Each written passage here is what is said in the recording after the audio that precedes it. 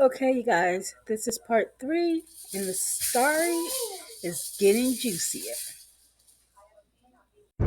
Hey y'all, I know y'all missed me. Part 8 of Surviving Prison. So as I was saying, we had them ran in the dorm on the girls about stealing our onions, bell peppers, and all the stuff that we had in the bushes.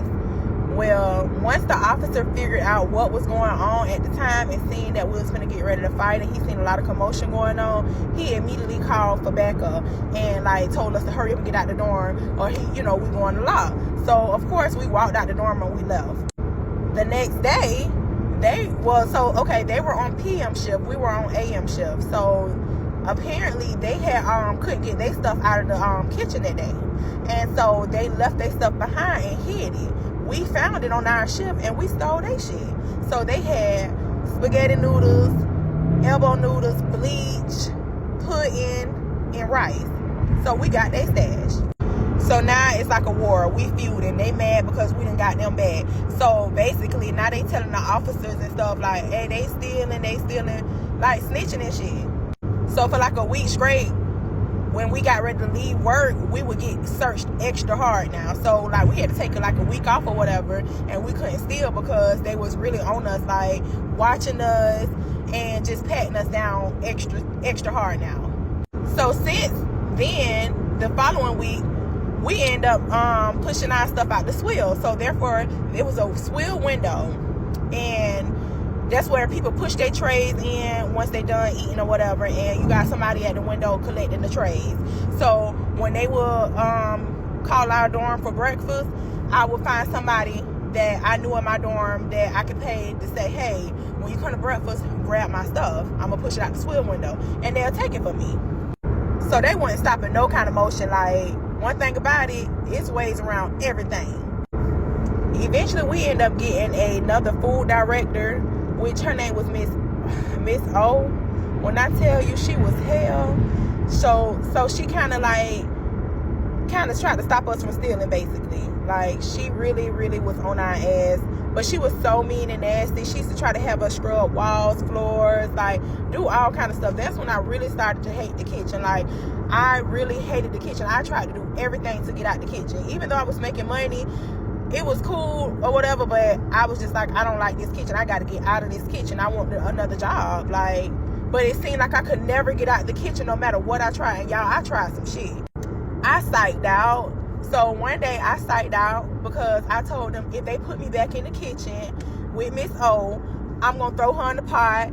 I'm going to cook her. I just said all kind of stuff to try to get out. And I was in psych mode, so they believed me. So they took me out of the kitchen for maybe 2 weeks. After them 2 weeks, next thing I know, I'm back on the work call list and I'm back in the kitchen. I even fell out the bed to say I done broke my ankle and everything. Done went to the hospital just to get out the kitchen. They always took me out the kitchen for a little while and put me right back. I used to call my mama for every little thing. Anything that the officer said to me, anything that they did, anything, I called my mama, and guess what she did? She called Tallahassee, because when you call Tallahassee, basically that's the whole DOC department. Like, they like the upper people. So they're gonna call the prison and try to figure out what's going on and investigate, because they used to try to treat you like you ain't got family, like you don't got people that love you. My mama love me, and she gonna make sure just because I'm in prison, I ain't gotta get treated like a dog. So they would get mad, like the lieutenants and stuff, and would call me like, oh, your mama called Tallahassee, oh, mama's girl, stuff like that, and did. So again, they took me out the kitchen for about a month this time, but I eventually always go back to the kitchen. It's crazy. Like, they just did not want me to get out that kitchen. And Miss O used to terrorize us. One day she came in there, she was so upset because she couldn't find the stuff. Like, she knew that we were stealing that day, and she couldn't find the stuff that we had done stole. So she came in there, she started taking everybody's jackets off the rack. She just started throwing them on the floor, stomping on them, putting them in like a puddle of water. I mean, it was that bad. The kitchen was bad, y'all. Even though you got to get stuff out of the kitchen and steal, it's bad. It was so bad though, to the fact that Miss O was so mad one day. She went to the classifications and told classifications to take, she want me personally out of her kitchen because she could not catch me stealing and she knew I was stealing. So she personally wanted me out of the kitchen. She told them I was a liability. Please get Cierra out of my kitchen because she's a liability. I know she's stealing. I can't catch her, but she's stealing all the stuff out of the kitchen. She's the one selling the stuff on the compound, but they couldn't prove it. So it hadn't got so bad to they would come to Alpha Dorm all the time and do shakedowns. So when they do shakedowns, but I never kept nothing in my locker. I had an extra locker. I would pay this girl to keep my stuff in her locker. All my stolen goods, I'm paying somebody to put it in their locker because when we do a shakedown, I don't want nothing caught in my locker and I'm going to law. And when you get people like that, that means she ain't really get a lot of commissary and stuff like that. So she was cool with, hey, I keep it in my locker. If you paying me, I keep it in my locker. I'm getting her $10 a week. And I'm giving her some of the stuff out of the kitchen, but I'm giving her $10 off of commissary a week. So it was nothing to get my stuff and put it in another locker. So I never got caught with the shakedown. I did get caught one time with bleach because they didn't give us bleach, so we had to steal the bleach out of the kitchen because I didn't send my stuff to laundry. I was never sending my uniforms to laundry or my linen to laundry. I had a person that did my linen. She washed my sheets every Saturday, and I paid her like $5 to $7 every Saturday. And of course, the sheets white, so I need bleach. So I always kept me some bleach. And then we had like bubble orderlies, and they would get bleach too. But the bubble orderlies was so stingy, they didn't even want to give us extra tissue. They gave people extra tissue who they fuck with, but if they ain't really fuck with you like that, they wouldn't give you extra tissue. That was crazy. So this is kind of where stuff started getting real crazy for me. So I'm put this out here, a little small disclaimer. If I was on the free road, I would have never, ever even thought about talking to this guy. But anyways, so I had ended up seeing an officer or whatever, the same cool officer that had kind of like buzzed us in when we was running down on the girls about our stuff. This is the officer that I kind of started liking, and he was flirting with me too. So I was like, oh, I'm finna get him, because if you get close to an officer, I'm finna get him to start bringing me some free roll stuff in. There was a girl that I was kind of close to from Orlando or whatever, and I took her under my wing, used to call her my little sister or whatever, look out for her, etc. And so she knew that the guy was flirting with me or whatever, so I started making her like my lookout for when he come to the, like when he was in the bubble, and late nights when I want to get up out my bed when everybody supposed to be asleep, I'm going to the bubble and I'm just talking to him. So she was kind of like looking out, or if, because he worked graveyard shift, or if he was in our bubble in our dorm and I was asleep, she would come and wake me up and be like, hey, your people in the bubble, so I can go in the hallway and talk to him or whatever. So she was kind of my lookout. Me and him was kind of like talking for about a good 6 months, gotta be, before things ended. And they ended because of her. People always backstab me. Yeah, I know. So one day, it was close to my birthday, so therefore I'm finna get ready to have visitation because my birthday coming and my mama coming to see me for my birthday. She worked in the kitchen too, and she ended up getting into an argument that led into a fight. So she basically wanted me to help her, and I'm like, girl, I'm not finna help you fight this girl. Like, I'm telling her to chill out, like, it ain't that serious, like, chill out, because I'm not helping you fight this girl, because I'm not missing my visitation. My mom already said she coming to see me for my birthday. I'm not missing my visitation, so you need to chill out. But she still proceeded, and she wanted to fight the girl, and the girl beat her ass, and she got mad because I didn't help, so she ended up going to law. Stay tuned. Part 9 of Surviving Prison. So like I was telling y'all, I was messing with this officer. He would flirt with me, I would flirt back, and we just was kind of feeling each other. So we started talking.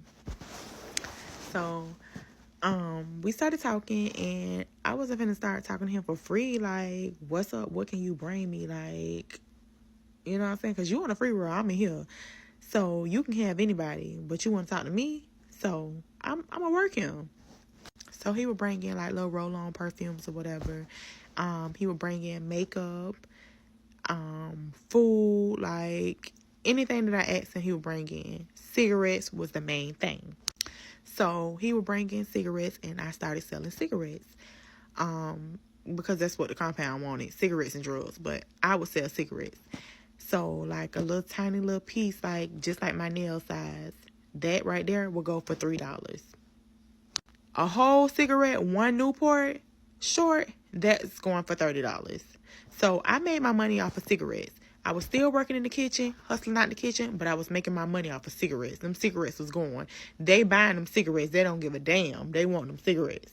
Because, mind y'all, they used to sell cigarettes back in the days, but they stopped selling them. I don't know why they took them off canteen or whatever, but they used to sell cigarettes back in the day. They stopped selling them. So I got cigarettes. I'm finna sell them for what I want to sell them for.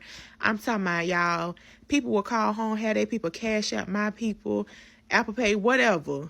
Them cigarettes was selling. Got me? So I sold the cigarettes on the compound. And I would sell like little pieces, like real little small pieces for $5. So a whole cigarette was $30. If you wanted one Newport, that's $30.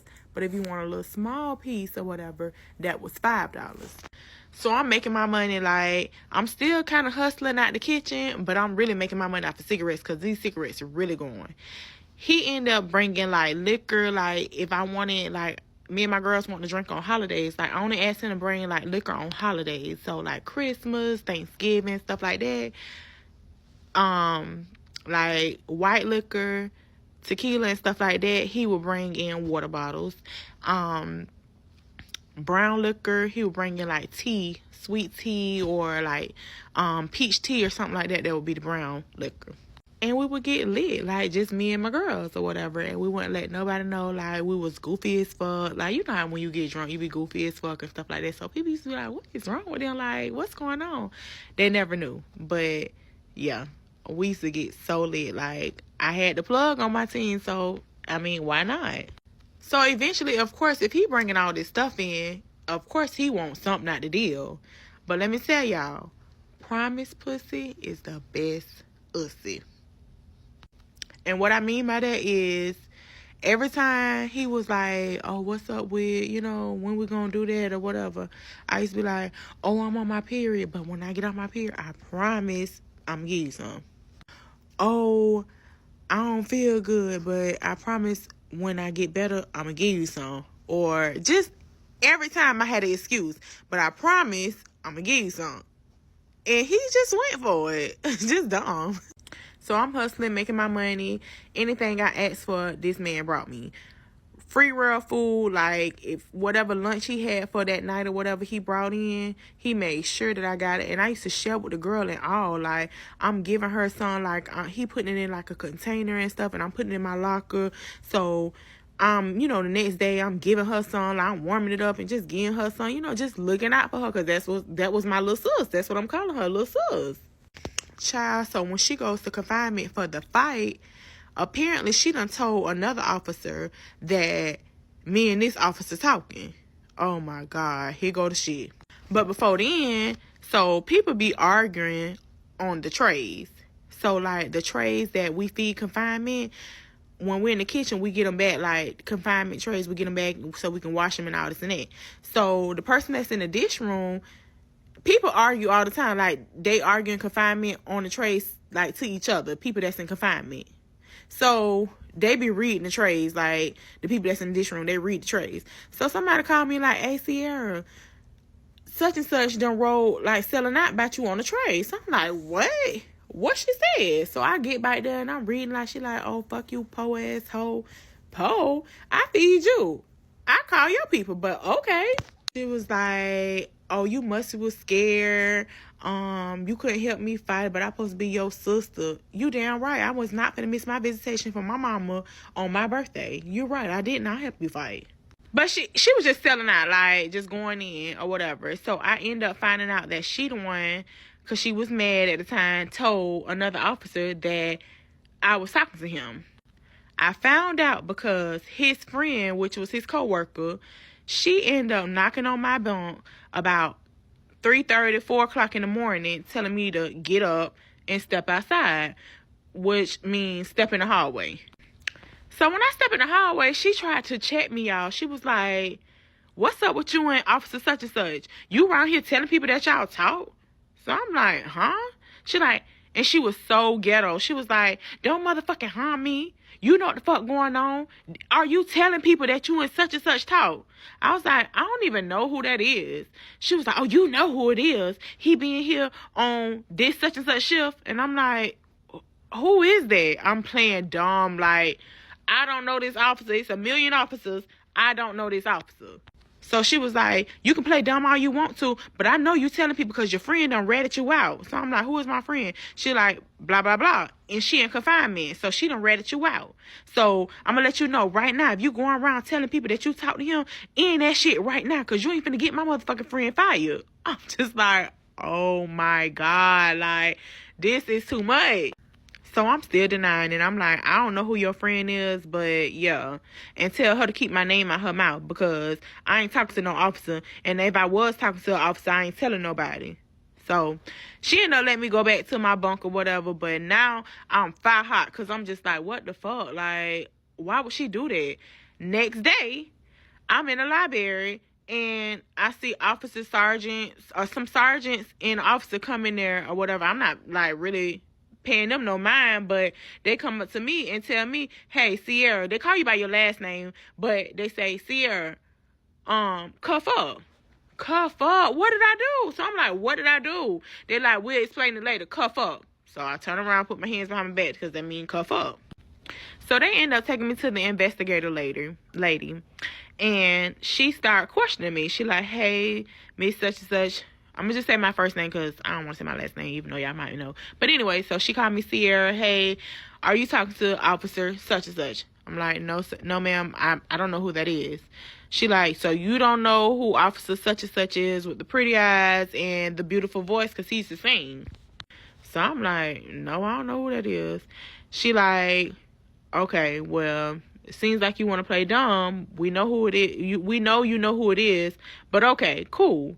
So she like, well, so now I'm giving the officers to permission right now to go ahead and search your locker. If they search your locker, are they going to find anything? So I'm like, no, they ain't going to find nothing. Child, they goes and ramshack my locker, y'all.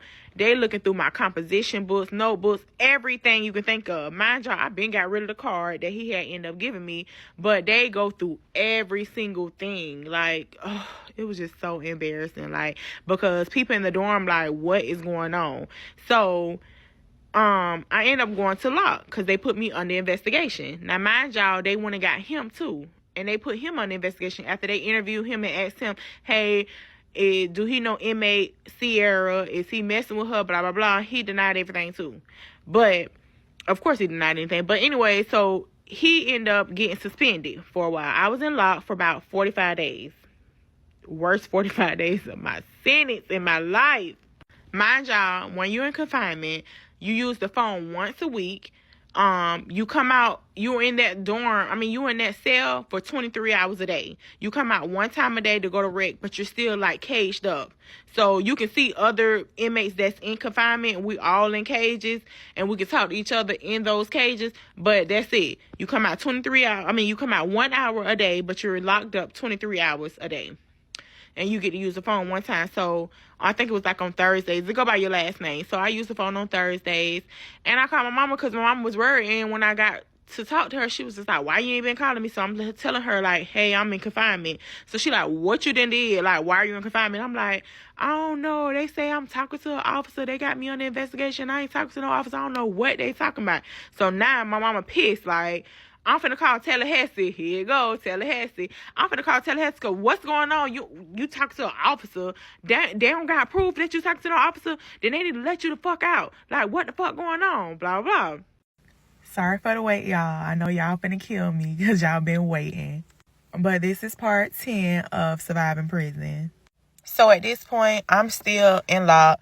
I'm still under investigation. Even after my mama called Tallahassee, there was nothing that my mom was able to do to save me. And that's what I had to realize during this whole sentence, that I can't keep calling on my mama. My mama can't save me from everything, especially when I'm wrong.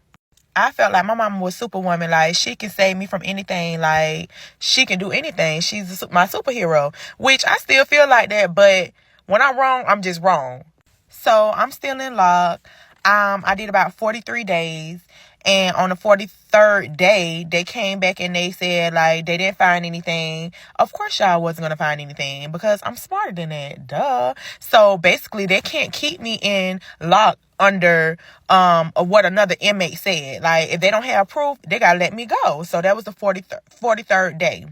So once y'all done came and told me that, okay, like, what's up? Like, I'm knocking on the door, like, hey, pressing the button, hey, what time I'm getting out of here? Like, if the investigation over, baby, like, let me out of here. They really, like, felt like I was talking to the officer. So they took their time, like, all day. They kept me in there all day. I'm still asking, like, what's going on? I ain't eating lunch. I ain't taking no another shower. Like, I'm ready to get out of here and get back on the compound. Child, they waited until after master roster count, 10 p.m. to let me out and go back to a regular dorm. I was so pissed. Like, I was so mad because I knew they was fucking with me. They was fucking with me. They really did not want to let me out. So they let me out, and I end up going back to Alpha dorm, but the other side. Now I'm really mad because I want to go back to my same dorm. You know, like I said, never get comfortable in prison because you're subject to move at any time.